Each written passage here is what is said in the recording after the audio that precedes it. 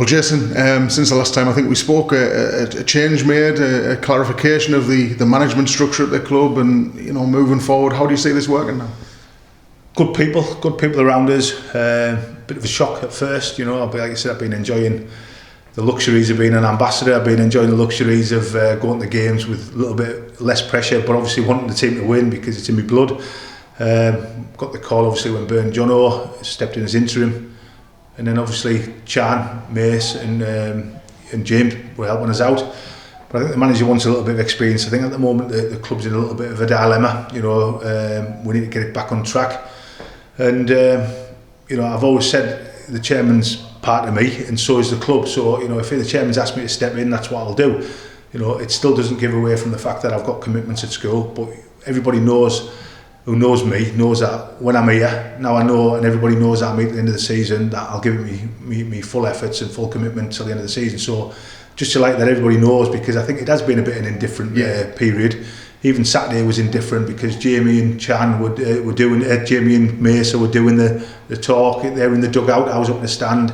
So I think everybody now got that clarity, and moving forward, let's go. We need a massive performance on Saturday because results haven't been good enough.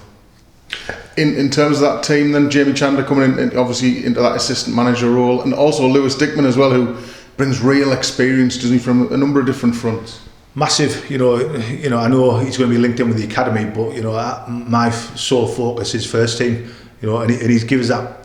The two of them, to be honest, have given us that real good platform because all the analysis of the games, all the watching of the games, all the studying of that, that's their forte. They live and die and breed by that. And Lewis is somebody who's got that experience in and around good level of football and knows his players, and it's good for the lads to work with him.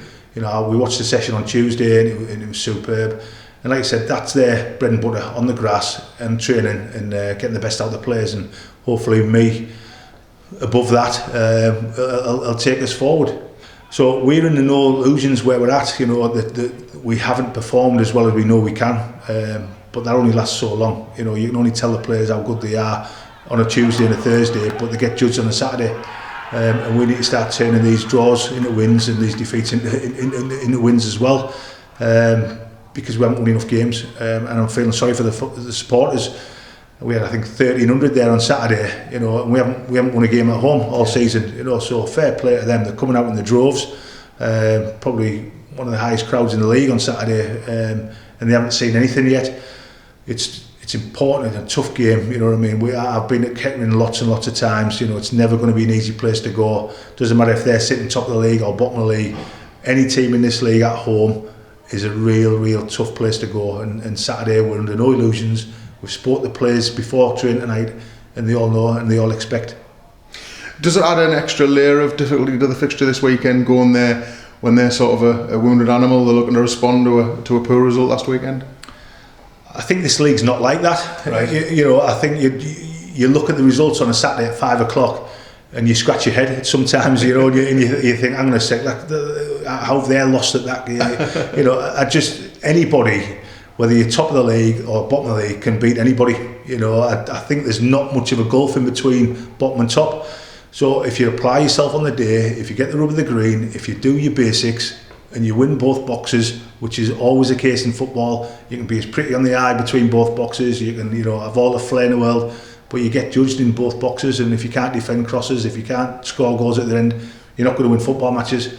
And we need to turn around both. We need to get the lads up front, Glenn, Thewlis, Tom, Charlie. We need to get them scoring goals, but we also need to keep the back door closed because we keep going to go down. And if your confidence is a bit low, if you're losing goals early in the game, you have a mountain to climb. We need to start turning them sort of 15 minutes into spells where we're in the ascendancy. One bonus to come out of last weekend was the performance of our debutant keeper. Gio was fantastic, wasn't he? Really encouraging display. Yeah, disappointed that he was. When I seen that he got man of the match, and rightly so, you scratch your head thinking, we're at home, the goalkeeper's got man of the match, so you sort of think, wow. But no, really good addition. Really hard on Harry, because I thought Harry was excellent against Fylde. I thought he did really well. But as a manager, you pick a side that you think on the day is going to, you're going to do well. And he didn't, well, he was excellent, you know, but he's a young lad, and you know, he's going to make mistakes, like Harry, young lad, but really, really promising. So we're delighted to have him. You know, we're delighted that Huddersfield have trusted with him, and you know, let's see what we can do in the next couple of months.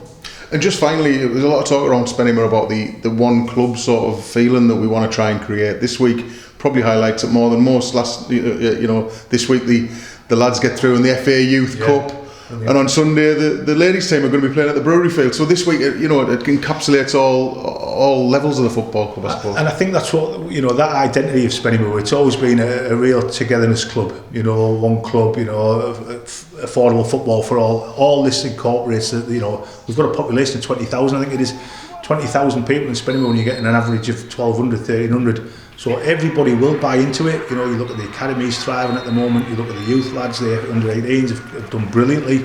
And then you look at the ladies. You know, I watch their results coming through every Sunday, and they're flying high. You know, but we need to perform as a first team, because first team results bring positivity across the group. It does feed. It feeds into the whole group. You know, if the first team win, everybody's, you know, on a high. And like I said, it's important we start going and running games so we get that feel good factor back.